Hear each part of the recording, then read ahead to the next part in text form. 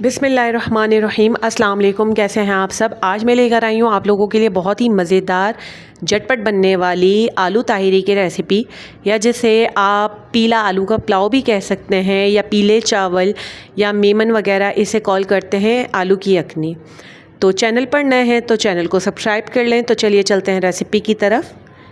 तो इसके लिए सबसे पहले मैंने लिया है एक कढ़ाई में तेल, तकरीबन 2 कप जितना, और इसमें मैं डाल रही हूँ मिक्स गरम मसाला, जिसमें 5 से 6 काली मिर्चें, एक जो है बादियान का फूल है, एक दालचीनी की स्टिक है, और एक मैंने डाला है तेज़पात, और 1 चम्मच भर के डाला है ज़ीरा। ठीक है, इसको हल्का सा जो है सौटे करने के बाद मैंने इसमें डाली है 2 प्याज कटी हुई, और इसको जो है जलाना नहीं है, मतलब इसको ब्राउन वगैरह कुछ भी नहीं करना, और इसको हल्का सा पिंक करना है। ठीक है, अगर आप डार्क कलर करेंगे ना तो फिर आपका जो है पुलाव या ताहिरी वगैरह जो है उसका भी कलर अच्छा सा नहीं आएगा, खिलता हुआ नहीं आएगा। ठीक है, तो इस बात का ख़ास ख्याल रखना है आपने।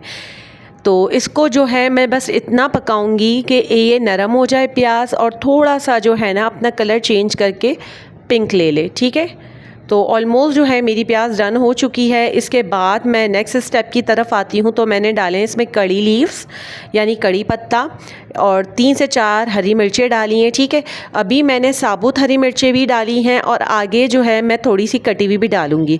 इसके बाद 2 चम्मच जितना डाला है लहसुन अदरक का पेस्ट।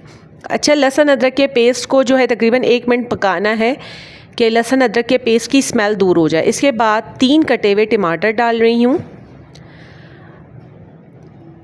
और टमाटर को हल्का सा सॉफ्ट होने दूंगी मैं। ठीक है, और इसके बाद मैं इसमें शामिल कर रही हूँ 4 कटे हुए आलू, और आलू को जो है मैं हल्का सा कुक करूँगी कि इसका भी कच्चापन दूर हो जाए। इसके बाद देखें मैं कटी हुई डाल रही हूँ हरी मिर्चें। ठीक है, इसके बाद डाल रही हूँ रेड चिली पाउडर आधी चम्मच। इसके बाद डाली है मैंने 2 चम्मच जितनी हल्दी। हल्दी ठीक ठाक क्वांटिटी में आपने रखनी है, इसी से चावलों का कलर आएगा। इसके बाद मैंने धनिया पाउडर डाला है, नमक डाला है, और इसको बहुत अच्छे से मिक्स कर रही हूँ। मिक्स मैंने इतना अच्छे से किया कि तकरीबन मेरा पानी खुश्क हो चुका है, और ये है कि मसाला भुन चुका है। ठीक है, इसके बाद मैंने थोड़ा बहुत और पानी डाला ताकि आलू हमारे गल सकें, और मैं इसको ढक्कन ढककर तकरीबन 15 मिनट कुक करूँगी। 70 to 80% हमने आलू गला लेने हैं, बाकी जब हम चावल ऐड करेंगे उसमें गल जाएंगे। ठीक है, तो 15 मिनट बाद मैंने ढक्कन खोला था। ये देखें मेरा मसाले का जो पानी हमने डाला था वो भी ऑलमोस्ट खुश्क हो चुका है। इट मीन्स हमारे आलू गल चुके हैं। अब मैं इसमें तकरीबन 2 कप जितने चावल शामिल करूँगी, जो मैंने तकरीबन 15 मिनट पहले भिगो कर रखे थे। इसी हिसाब से मैं पानी शामिल कर रही हूँ। पहले मैंने मसाले के हिसाब से नमक डाला था। ठीक है, अब मैं चावलों के हिसाब से डाल रही हूँ। नमक आप लोग अपने हिसाब से एडजस्ट कीजिएगा। ठीक है, अच्छा, पुलाव या ताहिरी वगैरह बनाने का बेस्ट तरीका पता है क्या है? कि आपने जब एक दफ़ा चावल में चमचा चला के ढक दिया ना, तो आपने बस जब ढक्कन हटाना है तो इसके बाद ही आपने चावलों को घुमाना है मुस्तकिल। आपने जो बार बार चावलों को हम उलट पुलट करते रहते हैं ना, तो इससे चावल हमारे टूट जाते हैं। ठीक है, बस तो कोशिश कीजिएगा कि 2 दफ़ा ही आपने चावलों में चमचा चलाना है, एक दफ़ा ढक्कन ढकने से पहले और एक दफ़ा ढक्कन उठाने के बाद। ठीक है, तो ये देखें मेरी अल्हम्दुलिल्लाह ये ताहिरी बनके रेडी हो चुकी है, या जिसे आप पीला पुलाव कह सकते हैं, या अखनी वगैरह जो भी। और ये खिले खिले चावल मेरे रेडी हैं।